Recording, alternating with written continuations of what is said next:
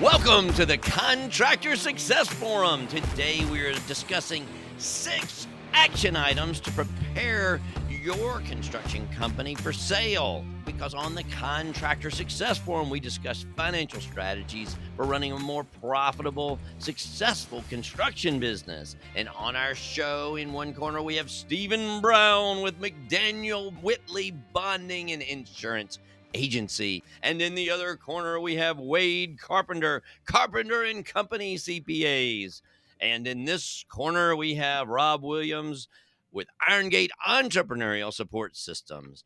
So today we are talking about 6 items to prepare your construction company for sale. What do you think about this topic, guys? I'll kick it off. I know a lot of times people will turn around and say they want to sell their business, but they don't know how. And all of a sudden, one day they wake up and they say, well, I'm ready to sell it. Well, I honestly counsel people you should be looking at it 5 years ahead and preparing it so that you can get the most money you can. Yeah, because A lot Wade, of you times. actually did valuations of these at one point. I guess you still do. I don't know. But so you really have an idea of what it's for. And I've been in the middle of these. We've sold the companies, and sometimes they go buy these type things. Sometimes they're just off the wall. I will admit the way the companies are bought and sold. And Stephen, in the bonding agency, what's the importance of talking about this? I don't really know how that affects you or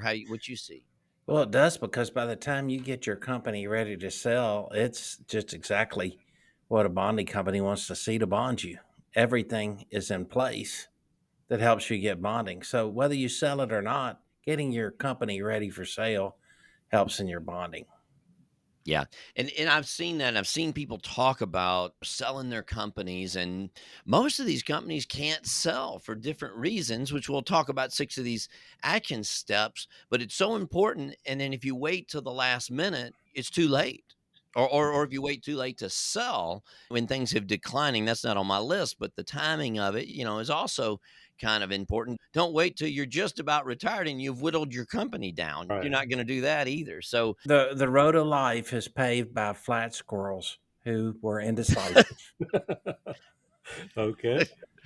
flat Okay. squirrels. All Well, hey, right. Yeah. be decisive. Yeah. Yes. Okay, go ahead. All right. So the first item on the list today for preparing your construction company for sale is cash flow. You've got to have cash flow and have it consistently cash flowing while you're growing. And why is that? Why do you want cash flow? It helps the Because we buyers think, finance the purchase, doesn't it? yeah, it does. It could. We talked about the valuation of a company, and uh, every business owner thinks their company is probably worth more than they are. There are probably 7 or 8 standard ways to value a company, and one of them is a multiple of cash flow. So, going back to what Rob was saying on cash flow, you want to make sure that a buyer sees that they can consistently get cash flow out of this, and they're not going to be investing in something they're going to have to continually fund. Yeah, what do you want? If I'm a buyer and I have money and I give you money, that we talk about in the finance world, well, it's the net present value of the future cash flows of the line. Well, what the heck does that mean? So if I give you money for your company, I want money back. That's the whole reason that I'm buying the company. So I give money and I expect to have more money coming back in. And that's cash flow. I don't really care what the books say if I don't get money. It's cash flow business and demonstrating that your business can actually bring in cash flow. And why could you have profits without cash flow? That's a whole other subject and topics, but it definitely happens. You can have book profits without the cash flow. So demonstrating that you have a business that works to generate cash flow, to me, is what people are going to pay for. So that's number one. And So listeners, we've had some pretty good podcasts. People have told us about improving your cash flow. So just want to throw that out. Go ahead. yes, Next. we have lots of ways to improve your cash flow. That's right. So number two, which we just profits. You need profits. You've got to book profits and keep those books clean and pay your taxes. Wade, you're the accountant. Have you seen people avoid profits? Well, a lot of times they'll want to keep their profit down for tax purposes or whatever, but when they come to selling it, they hide profits. And I hate to say this, but they pay for anything and everything, their cell phones and their, I don't know, their groceries. They try to bury Their anything and everything. boat. When you're getting ready to sell, number one, that does factor in. So if you can prove that the owner is getting these benefits, whether it's showing up or not, that does go into the sale price. But just getting back to basic profitability, a lot of contractors, it's hit or miss whether they make money from one year to the next. And so a lot of the concepts we talk about on the show are always relevant to the value as well. Oh, yeah. Yeah, I remember growing up, we had a remote office, also called a motorhome, that would go to football games and things like that, but it was our remote office, and I don't ever recall it being in a subdivision or anything like that. So, It so was. You just don't remember. yeah, that's right, but that was well before we sold. We had to get that off the books before selling. So you do that, you put these in here and you don't pay the tax. You avoid the taxes, you buy the big pickup trucks, but then you're supposed to be demonstrating that you're making a profit, because while we did say cash flow on the first thing, you could have cash flow by selling off assets or not in a positive way. So you also want to demonstrate that you have profits on your book. So you've got to demonstrate the profits and the cash flows. And I've really seen this mess up deals before. And people don't want to have to dig through your books and what's personal. People say that all the time. They're like, well, I'll explain all that, how we're really just taking that out personal. And the buyers can't see that. Maybe that's personal stuff. Maybe it's something that you take it out and then you got to replace it somewhere else. That's just a lot of noise when you're trying to sell your company that will bring the value of your company down if it doesn't ruin the deal altogether. So, all right. So number one was cash flow. Number two was profits. Number three, revenue. Have consistent growth and not declining. And we also wanted to talk about the timing of that. Wait, I'm curious on the valuation. How do you see that? I guess sometimes there's a projection of future expectations, but Yeah. maybe you're basing it on the past. I don't know. I mentioned these 8 ways to value a company, and a multiple of revenue sometimes is appropriate. Yeah. In construction business, it may or may not be appropriate. You can make a ton of revenue, but make less profit.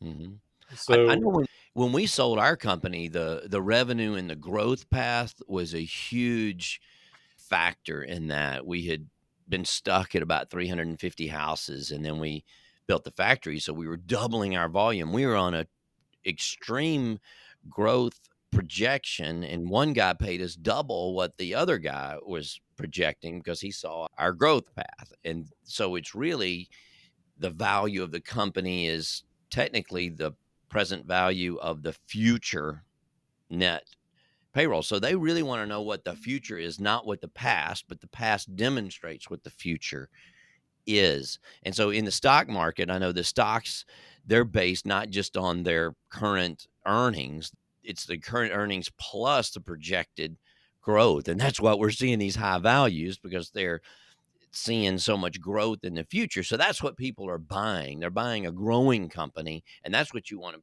people to see. I've seen people, they want to sell their company, and they've gotten kind of tired and lazy the last 5, 10 years. So now they're about to retire, and their company's kind of dwindled down. It's not really there anymore. So it's not as much something to buy. So keep that revenue going in an upward pace. Get that timing right. Don't wait till you've whittled it down. You can say, well, but they can grow it again.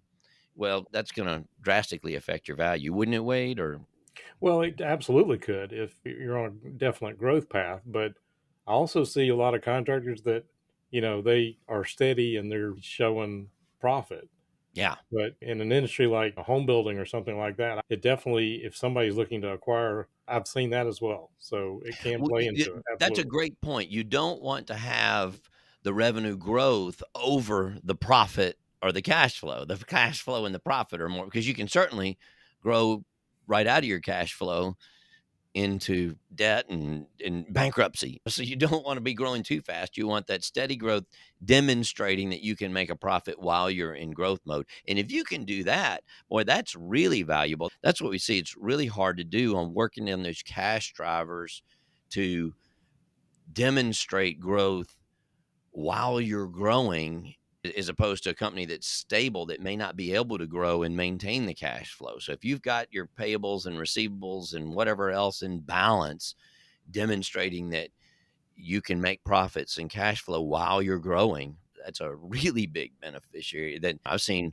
these multiple 5 times over what they would be. I had a that was a technical company, but I had a partner. He got a 20 multiplier when he sold his equipment company because the way his cash flow and stuff worked and their growth projections. So that was phenomenal. Just going back to what you're saying, though, when you are in growth mode, typically it is taking the cash. So it's a trade off. Hmm. So as you're growing, you're typically having to reinvest every single thing back into it. So it's a trade off between your first point and the number three there. So Yeah, yeah, it is. So what is number 4? Number 4, have a portfolio of clients. Don't be too concentrated with one particular client. Under the portfolio of clients, I kind of have a few things. I've got demonstrating your marketability versus just the relationship with the owner who may not be there, and not marketability of the company, but marketability of your product that you can sell it to new clients and things too. And then what is your pipeline and backlog? I know the bonding guys love the pipelines and backlogs, see what's in the work. Well, think about that for the sale of your company as well. So anyway, on all these, what do y'all think? Stephen, what do you think about that? Well, a lot of my contractors have certain customers, they have certain architects and engineers that they work with that love them, and vice versa. And they're always pushing business in that direction.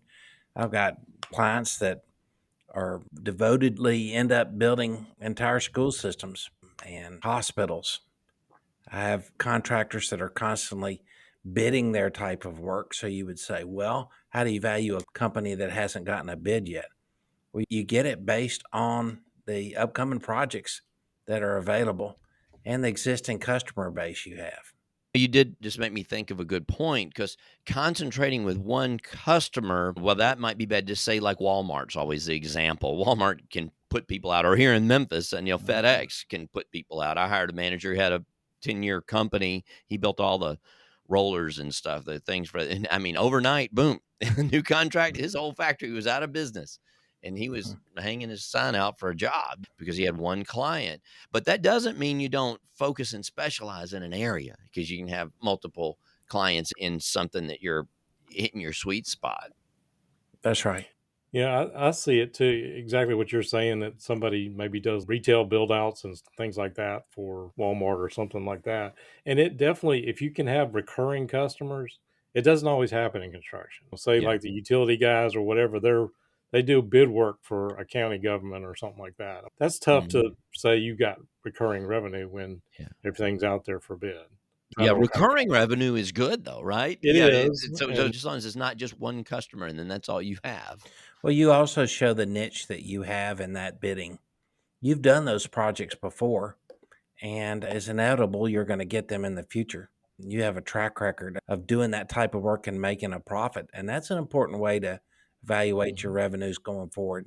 Yeah. So I think what Steven's saying, what I would say too, is that concentration in having one or two clients, it definitely can pump up the value.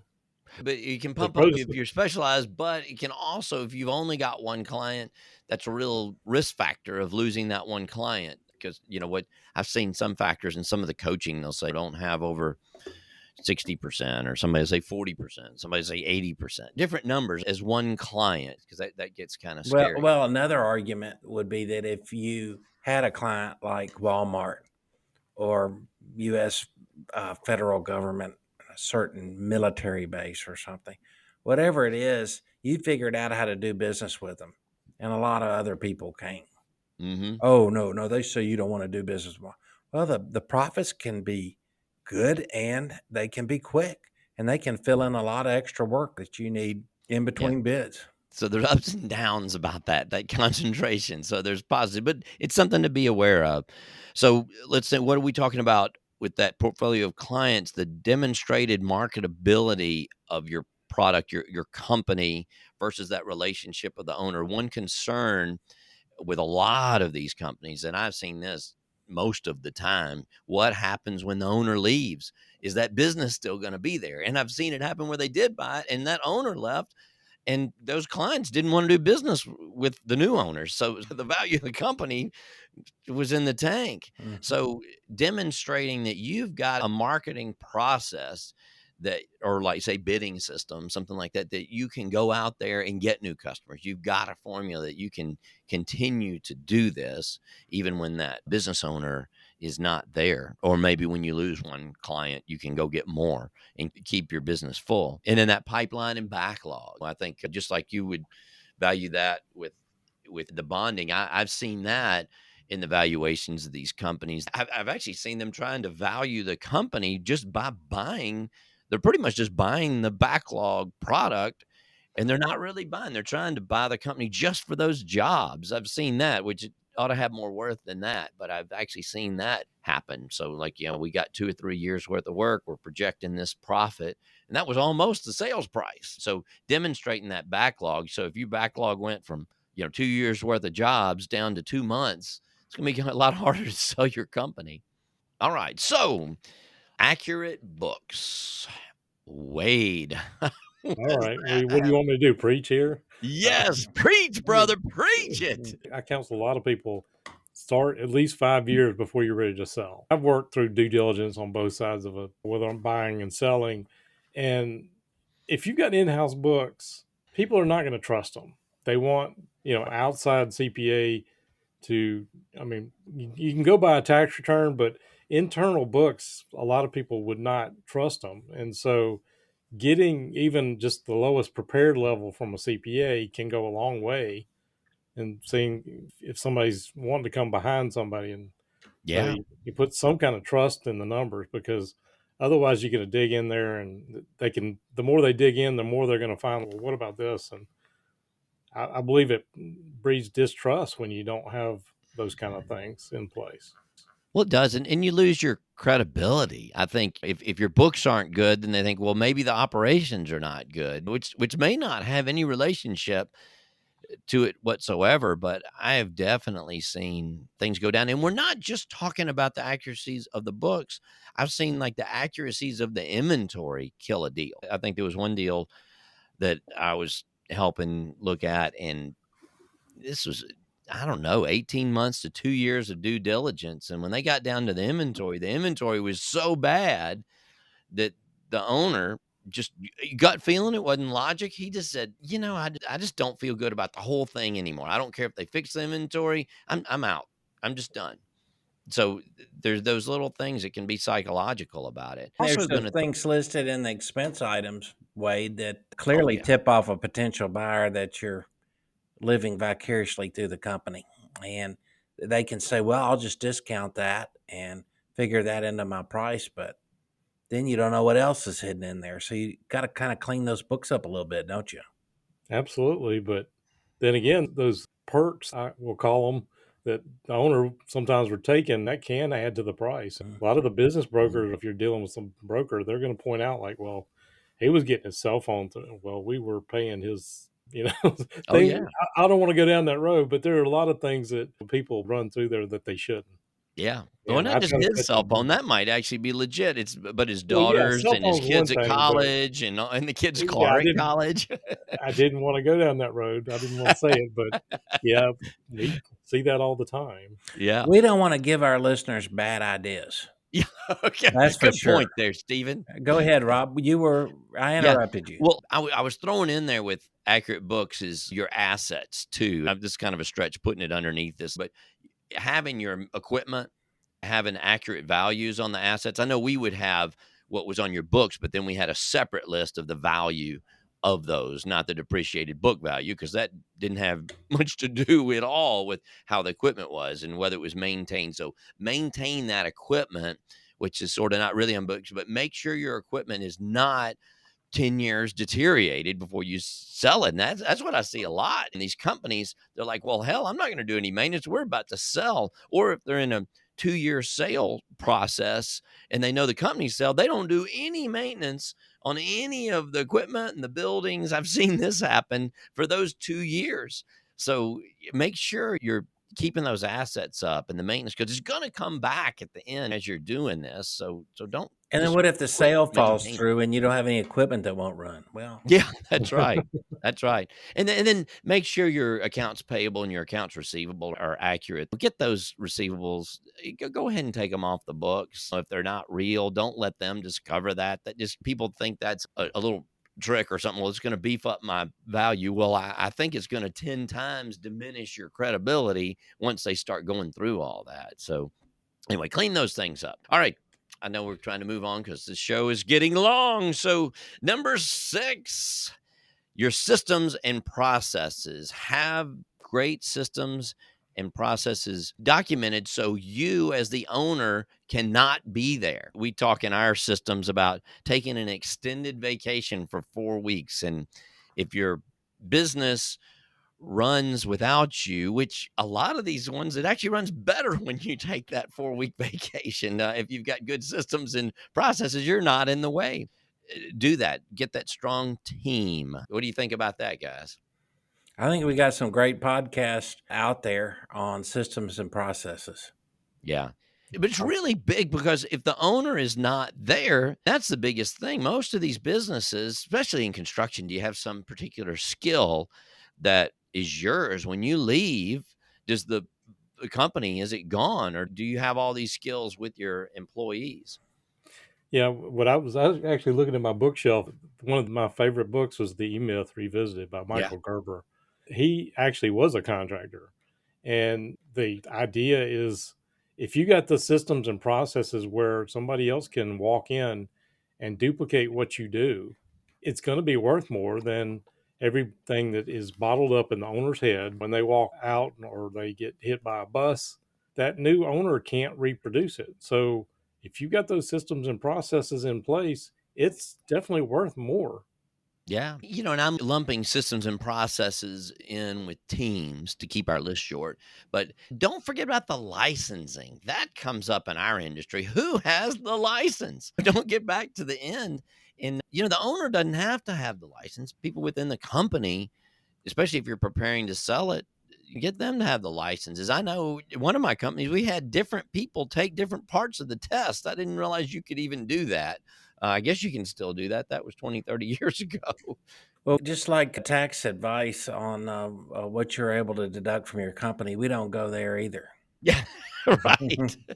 Just make sure the license will still be there, whatever the process is That's right. That's in your right. state, in your area. You're crossing state lines is definitely plays into it. Oh, Too. yeah. So All right. So great. I'll go over it one more time. So, number 1, we had keep your cash flow consistent while you're growing. Your profits is number 2, your revenue. Number 3, your portfolio of clients. Number 4, 5, have accurate books. And 6, have your systems and processes documented. All right, guys. Great show here on the Contractor Success Forum. So look up our notes. Got any questions, please contact us. And we're happy to talk to you guys about any of this. So listen to our next show. We'll be back.